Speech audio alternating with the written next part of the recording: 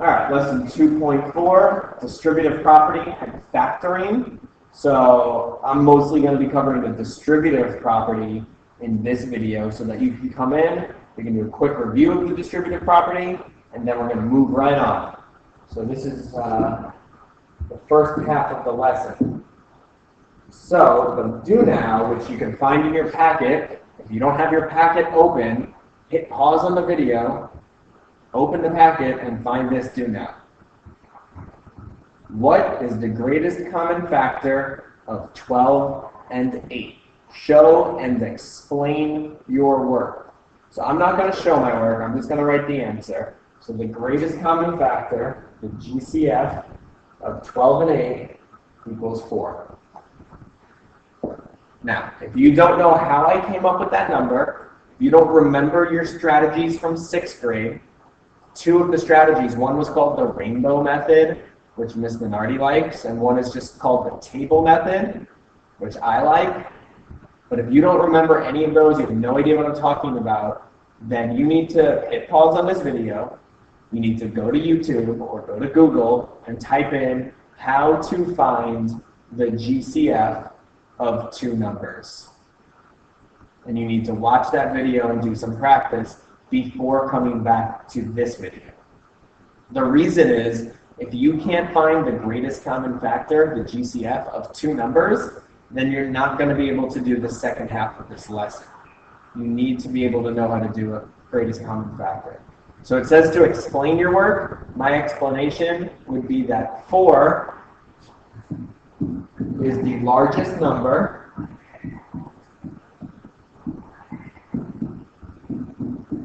that is a factor of both 12 and 8. And if you don't know what a factor is, hit pause on the video, go to Google, type in factor, and then look for the definition that makes sense for math, because there might be other definitions. Okay, so in 6th grade, you learned how to do the distributive property. So here's a sample question of what you might see. So we learned when you are multiplying a number or any kind of term by a quantity that's in parentheses, you have to do the distributive property. Because really, what multiplication is when you have multiple groups of something. So if you have 4 times x plus 6, that really means that you have 4 groups of x plus 6. So if I look at these 4 groups, each group has 1x, so that's 4x, and each group has 6 numbers or units. 6 plus 6 plus 6 plus 6 is 24. So that's what the distributive property really means. But you learned last year that we show it by doing multiplication. So when you multiply 4 times x plus 6, you have to do 4 times x and 4 times 6. Now, you have to be very careful when you're dealing with the signs in distributive property. What I mean by signs is positive or negative. So in this one, it doesn't matter. Everything's positive. 4 times x is 4x. Notice I did not write the plus sign. I want to do the second multiplication first and then write down the sign of the answer.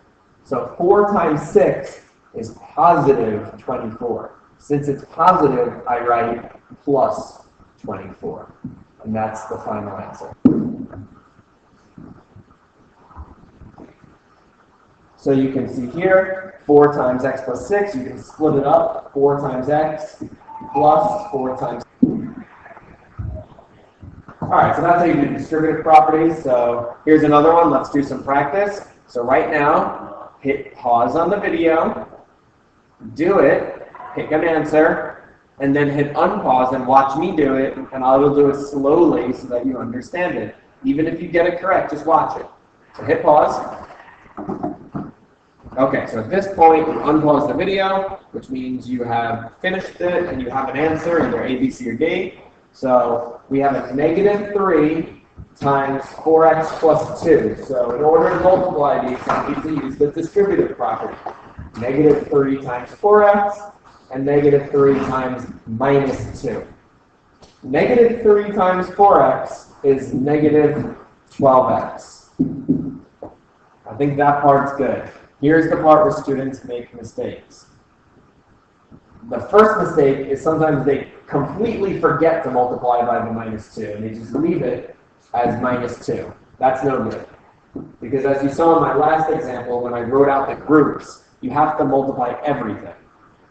The other mistake people make is they forget about the sign. So if we're doing negative 3 times minus 2, that's a negative times a negative. And we know, because we taught you, that a negative times a negative is a positive. So negative 3 times negative 2 is positive 6. Since my answer is positive, I'm going to write plus 6, which is choice D. Here's the mistake a lot of people make. I'm going to do it over here to the left.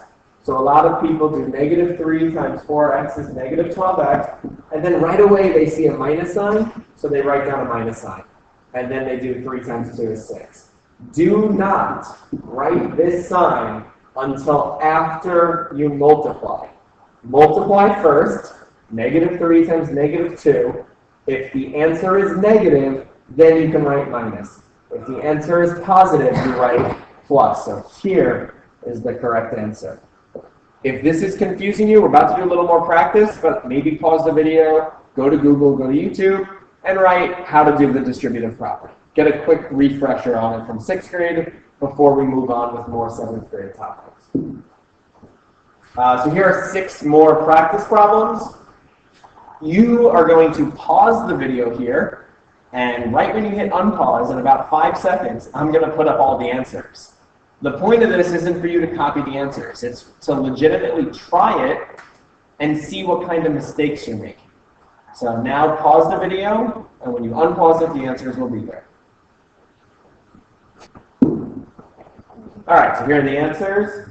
7x minus 21, 10x plus 8, negative 6x plus 18, negative 8x plus 4, negative x minus 10. If it's just a negative sign in front of a parentheses, you can put an imaginary 1 there. So it's really negative 1 times x and negative 1 times 10. And then the last one is negative 18x plus 30. So if you're making mistakes, go look up that video on a distributive property. Otherwise, try to identify what your mistake is and try to correct it. Okay, here we go. This we should be able to do. So we're combining 2 topics, distributive property and combining like terms. So first, you're going to do the distributive property, and then you're going to combine like terms. So pause the video and unpause it in 5 seconds, and the answers will be there. All right, so here's the answers with all the steps. And look at this, a nice little checklist for you in your packet, or if it's not there, write it down. So first you do the distributive property, that's right here. And then you do the distributive property, you get 5n plus 10, and then just rewrite plus 3n minus 4. So check, I did that. Second step, combine like terms. So we boxed off the 5n and the plus 3n. On the quiz we gave you, a lot of people were not boxing the signs. You have to include the symbol that's in front of the term.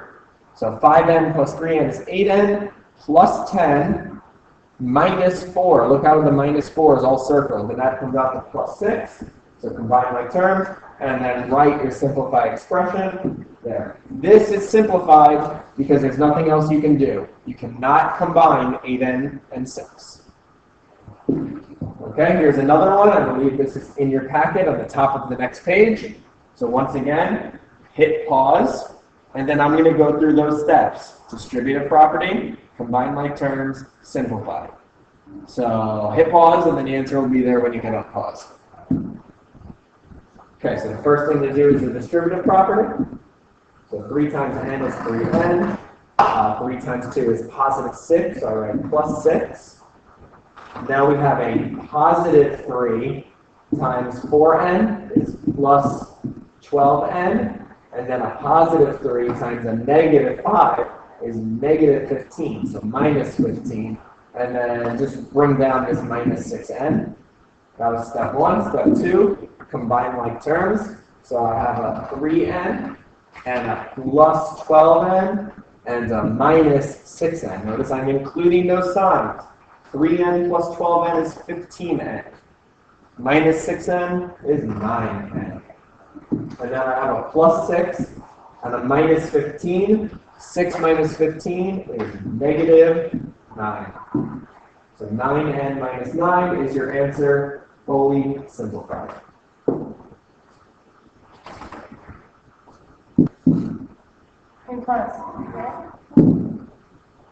All right, so the next thing you're going to do is you're going to do all 4 of these problems. So 7, 8, 9, and 20. I see that there are fractions there, which means you're going to use your calculator to help you out. If you don't have a calculator, if you have an iPad or an iPhone or another kind of smartphone like Samsung Galaxy or something, if you open the calculator on those phones and turn them sideways, make sure you have the rotate feature on your phone, it'll turn into a scientific calculator. You will be able to enter fractions. I'm just not sure how to do it on each one of your phones. So that's why you should have your own calculator. So tomorrow there's no school, so maybe use that as a day to get the TI-30 multi-view calculator from Target or CVS or Walgreens or Office Depot or Staples.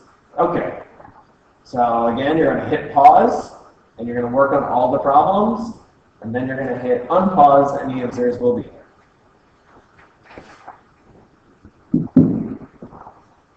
Okay, here are the answers. So for number 7, I did the distributive property, and it was 3q plus 3, and then minus 4. Combining like terms, I have a positive 3 and a minus 4. That's a minus 1, so 3q minus 1. Number 8, distributive property, negative 2g minus 8 plus 7g. Combine like terms, negative 2g plus 7g is 5g, and then the minus 8 is still there. Number 9, you can see my steps. When I did the distributive property, I ended up over here. So kept the 7, and then it was minus 3x plus 1. And when I combine like terms, I get one of these 2 answers. And number 20, when I did the distributive property, I ended up here. I can see that I have an 18 over 3. If I did it on my calculator, it wouldn't have given me 18 over 3, because 18 over 3 is the same thing as 6. So that should have been a 6. And then I combine the like terms, the negative 8c and the plus 14c, and I get this answer, positive 6c plus 6. Yep, there's the answers. So one of those answers didn't match my answer. Oh, whoops. I made a mistake. None of you called me out on it because this is a video. 7 plus 1 is 8. Oopsies. We're good. See, I make mistakes too. Not many, but I make them. But you learn from them. You see what I did there? It's called self-assessing. So I went to this slide, which I already did the answers for, and I noticed that this answer didn't match my answer. So I went back to my work, and I'm like, oh, what did I do wrong? I had a 6. And then I went, oh, I did 7 minus 1. I was supposed to do 7 plus 1. So just by looking at the answer and nothing else, I was able to self-assess my own work. That's what you should be doing this whole video. And that's where we're going to stop. So you should have all your notes filled in on Wednesday. And if any of this gave you any kind of problem, either send us a message on Remind, on PupilPack, an email, or just go to Google and YouTube and look up practice problems. If you type in practice with distributive property worksheet, it'll come up on Google. The first one will be a website called CUDA Software. Great website, comes with answer keys. Or practice with greatest common factor. Try that out. Watch some videos. Come in Wednesday ready to go. I would also spend some time. I would do some extra practice with combining like terms, because the quiz was not pretty. So I would look up videos, and I would look up worksheet. So you go to Google and type in combining like term video or combining like term worksheet, or how to combining like terms. Things pop up. Most of it's good stuff. Come in with the practice. If you have questions, ask us. You can't just sit on it and wait. So we're in school tomorrow, so send us messages and we'll answer. Good luck. Come in Wednesday. We'll check this and go from there.